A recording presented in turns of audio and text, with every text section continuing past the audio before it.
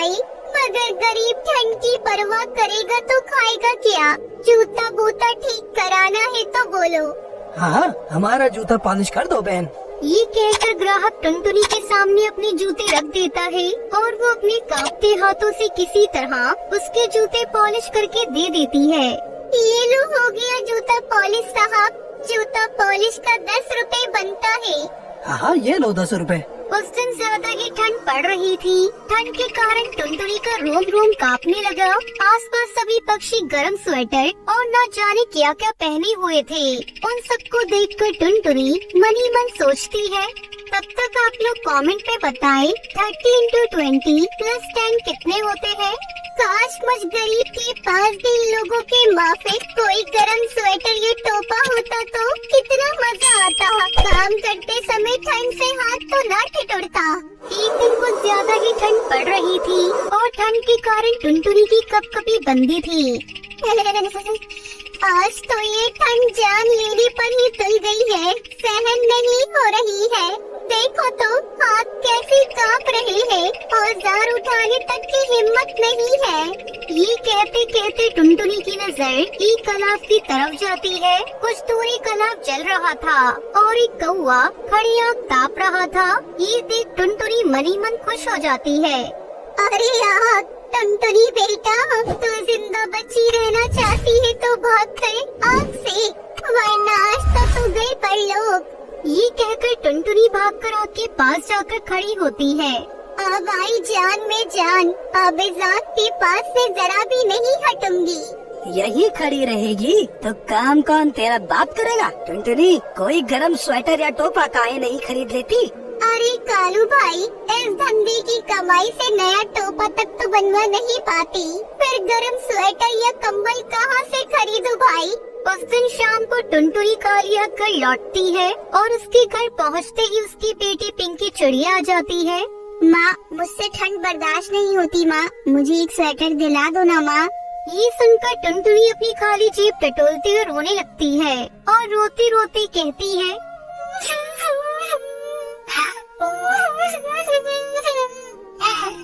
इस ठंड में काम पर जाऊँ तो जाऊँ कैसे? बिना गरम कंबल के भी ठंड का सामना कैसे करो पिंकी बेटा? ये ठंड तो हम गरीबों पर कहर बन गई है। ना तन पर गरम कपड़ा और ना पेट में दाना। भगवान ऐसी गरीबी किसी को न दे। पिंकी बेटा को यूँ दुखी और रोता देख टुनटुनी पिंकी को दिलासा देती हुई कहती है, अरे रो मत पिंकी बेटा, देखना कल से मैं ठंड की बिल्कुल परवाह नहीं करूँगी, खूब कमाई करके लाऊंगी। और तो सुन पिंकी, तुझे मैं बहुत जल्दी एक नया स्वेटर खरीद कर दूंगी। फिर उस दिन के बाद से टुनटुनी ठंड की परवाह करना छोड़ देती है। वो ठंड में कांपते हुए सारा दिन काम में जुटी रहती है। भले ही ये ठंड में मेरे प्राण ही क्यों न चले जाए, पर जब तक पिंकी को गरम स्वेटर खरीद कर नहीं देती, मैं ऐसे ही काम में जुटी रहूंगी। इस तरह कई दिन बीत जाते हैं और इसी बीच एक स्वेटर बेचने वाला उसकी दुकान के पास आ जाता है। टुनटुनी उससे कहती है, भैया मुझे कोई सस्ता सा स्वेटर दिखा दो। बहन जी, कोई भी स्वेटर ले लो, सबका दाम तो 300 रुपए है। पर मेरे पास तो बस 50 रुपए ही है भाई। जैसे ही टुनटुनी ये कहती है, उसके कई पड़ोसी दुकानदार वहाँ जाते हैं और उसका मजाक उड़ाते हुए कहने लगते हैं, 50 रुपए में तो रुमाल तक तो आवे ना है। ये सियानी स्वेटर खरीदने चली है, इतनी ही कंगाल है तो हाथ में कटोरा लेकर भी क्यों नहीं मांगती? स्वेटर पहनाने की औकात नहीं है तेरे खत्म की, समझी? इससे पहले कि उन पक्षियों की बातों का टुनटुनी को जवाब दे पाती, स्वेटर बेचने वाला बीच में आ जाता है। देखिए, किसी की गरीबी का ऐसे मजाक उड़ाना सही नहीं है। किसी का भाग्य बदलते देर नहीं लगती। हो सकता है कि कल यही कंगाल तुम लोग से अमीर बन जाए। स्वेटर बेचने वाले का ये करारा जवाब सुनकर उन सबको सांप सूंघ जाता है और वो वहाँ से चुपचाप खिसक जाते हैं और टुनटुनी रोने लगती है। टुनटुनी को रोता देखकर स्वेटर बेचने वाला कहता है, रो मत बहन, मेरे पास एक पुराना स्वेटर है, यदि तुम चाहो तो मैं उसे 50 रुपए में दे दूंगा। ठीक है, दे दे दो भाई। फिर शाम को टुनटुनी घर आती है तो जाड़ी में उसकी कपकपी बंदी होती है। वो पिंकी को आवाज देते हुए कहती है, पिंकी जल्दी आओ पिंकी, देखो मुझे बहुत तेज सर्दी लग रही है, लगता है आज मैं नहीं बचूंगी। अरे आपको तो बहुत तेज बुखार है, आपको तो अस्पताल ले जाना पड़ेगा। पर उसके लिए पैसे कहाँ है पिंकी? जो कुछ थे उससे मैं तेरे लिए स्वेटर ले आई हूँ। माँ ठंड बहुत है तो ये स्वेटर आप ही पहन लो। अच्छा ला दे, पहन लेती हूँ। फिर टुनटुनी जैसे ही वो स्वेटर को पहनती है, अचानक से ठंड लगी तो बंदी हो जाती है। साथ ही उसका बुखार और कपकपी भी गायब हो जाती है। वो आश्चर्य में पड़ जाती है और खुश होते हुए कहती है, पिंकी, अरे पिंकी, गजब हो गया पिंकी बेटा। अब क्या हुआ माँ?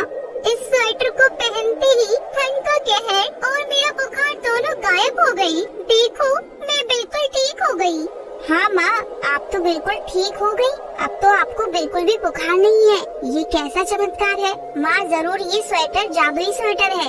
यदि ये जादुई स्वेटर नहीं होता तो क्या ऐसा होता? भला हो ईश्वर का, उसने हम गरीबों पर मेहर दिखाई। उस जादुई स्वेटर को पहनकर टुनटुनी ठंड के कहर से तो बचती ही है, साथ ही उसका मोची का धंधा भी खूब चलने लगता है। उस दिन के बाद से उसकी खूब कमाई होने लगती है और वो पिंकी के लिए बहुत सारे गर्म स्वेटर और कंबल खरीद पाती है। इस कहानी से हमें सीख मिलती है कि गरीबों की गरीबी का हमें कभी भी मजाक नहीं बनाना चाहिए।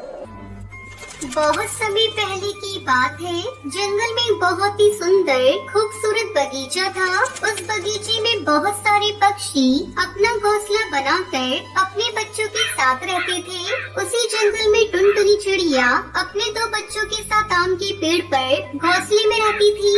उसी आम के पेड़ पर मिट्टू तोती भी अपने बच्चों के साथ रहती थी। एक दिन की बात है, टुनटुनी चिड़िया उदास अपने घोंसले में बैठी थी। टुनटुनी चिड़िया को उदास देखकर चमेली कौवी उसके पास आती है और कहती है, अरे टुनटुनी, क्या बात है? बड़ी ही उदास दिखाई दे रही हो। क्या बताऊं, अभी बच्चों ने जल्दी ही उड़ना सीखा है। 2-3 दिन से अकेले बाहर भी निकलने लगे हैं, पर आज इतनी देर हो गई, अभी तक वापस नहीं आए। परेशान क्यों होती हो? कभी न कभी तो बच्चों को बाहर निकलना ही था, घूम फिर कर वापस आ जाएंगे। थोड़ी देर बाद टुनटुनी चिड़िया ने चमेली कौवी से बोला, बहन तुम जरा मिट्टू तोती से बच्चों के बारे में पूछो तो, वो अपने बच्चों को लेकर अभी लौटी है। सुबह मैंने अपने पिंकी और गोलू को उसके बच्चों के साथ जाते देखा था। तुम खुद क्यों नहीं पूछ लेती हो? टुनटुनी उदास होकर बोली, तुम तो जानती हो वो मुझसे ठीक से बात भी नहीं करती, पता नहीं क्यों हर वक्त कटी कटी सी रहती है। हाँ, वो तो हम सबसे तुम्हारी बुराई करती फिरती है। उसे तुम्हारी मित्रता की बातें करना फूटी आँख नहीं भाता। कहती है तुम बेवकूफ हो, इसलिए सबकी मदद करती फिरती हो। छोड़ो जाने दो, तुम बस मेरे बच्चे के बारे में उससे पूछ लो। चमेली कौवी ने नीचे झुककर तेज आवाज से मिट्टू तोती से बोली, अरे मिठू, तुमने क्या टुनटुनी के बच्चों को कहीं देखा है? सुबह तुम्हारे बच्चों के साथ निकली थी, अभी तक लौटी नहीं। हाँ क्या? मैंने क्या सबके बच्चों का ठेका ले रखा है? ऐसा क्यों कहती हो बहन? मैंने तो टुनटुनी को परेशान देखकर तुमसे पूछ लिया। इतना कहते ही चमेली कौवी के कानों में माँ माँ की आवाज सुनाई पड़ी। उसने सामने देखा तो टुनटुनी के बच्चे आ गए थे। बच्चों को देखते ही टुनटुनी की उदासी छूमंतर हो गई। वो अपने दोनों बच्चों को डांटने लगी, मैंने तुम लोगों को जल्दी वापस आने को कहा था ना, इतनी देर क्यों लगा दी? माँ, वहाँ पर ढेर सारे दोस्त मिल गए थे, हम उन्हीं के साथ खेलने लग गए थे। पर माँ, हमने तो मिट्टू मौसी से कह दिया था कि तुम्हें बता दें कि हम देर से आएंगे। उनके बच्चे भी हमारे साथ खेल रहे थे। थोड़ी देर पहले वह अपने बच्चों को लेने आई थी। इतना सुनते ही टुनटुनी आश्चर्य से बोली, क्या? चमेली कौवी भी सब सुन रही थी। उसे बहुत गुस्सा आया। वो बोली, रुको टुनटुनी, मैं अभी मिट्टू से पूछती हूँ। क्या फायदा बहन, फिर से कुछ उल्टा जवाब ही देगी। वैसे झगड़ा बढ़ाना कोई अच्छी बात भी नहीं है। मिट्टू तोते की हरकतों से उस पेड़ पर रहने वाले सभी पक्षी परेशान थे। सबसे ज्यादा तो वो टुनटुनी चिड़िया को ही परेशान कर रही थी।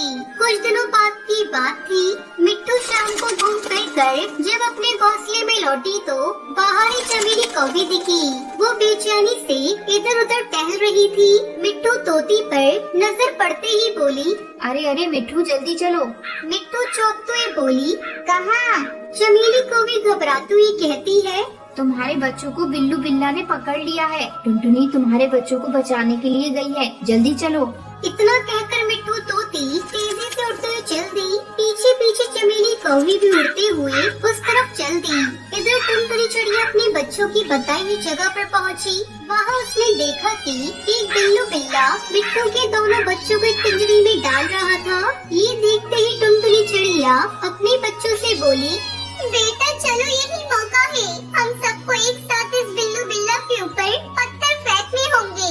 इससे वो घबराकर मिट्टू के बच्चों टिंकू पिंकू को छोड़ देगा, क्योंकि अगर एक बार उसने इन्हें पिंजरे में डाल दिया तो उन्हें छुड़ाना मुश्किल हो जाएगा। फिर जैसे ही बिल्लू बिल्ला उन्हें पिंजरे में डाल रहा था, उसी समय टुनटुनी और उसके बच्चों ने एक साथ उसके ऊपर नुकीले पत्थर ऊपर से फेंकने लगे। बिल्लू बिल्ला के हाथ से टिंकू पिंकू छूट गए। फिर टुनटुनी जोर से चीखी, चलो बच्चों भागो।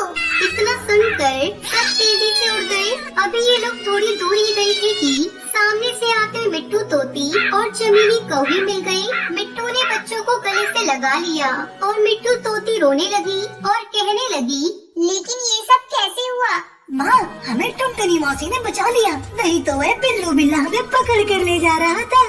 उसके बाद टुनटुनी आगे की सारी कहानी सबको बताती है। उसकी बातें सुनकर मिट्टू की आंखों से पश्चाताप के आंसू गिरने लगी। वो हाथ जोड़कर टुनटुनी से बोली, टुनटुनी मुझे माफ कर दे बहन, मैंने हमेशा ही तुम्हें गलत समझा, तुम्हें हमेशा भला बुरा कहती रही, तुम्हारे बच्चों को फूटी आँख देखना पसंद नहीं किया, फिर भी तुमने मेरे बच्चों की जान बचाई। ऐसा ना कहो, मेरी जगह कोई भी होता तो वो ऐसा ही करता। हर कोई ऐसा नहीं होता, मैं भी ऐसा नहीं करती। अब मैं समझ गई कि सब तुम्हारी प्रशंसा क्यों करते हैं। तुम दोनों यही बातें करती रहोगी या घर पे चलोगी? सब पक्षी अपने घोंसले में वापस आ गए। अब मिट्टू पहले से बिल्कुल बदल चुकी थी। वो टुनटुनी के बच्चों के साथ साथ उस डाल पर रहने वाले सभी पक्षियों के बच्चों से प्यार करती थी। सारे पक्षी अब टुनटुनी की तरह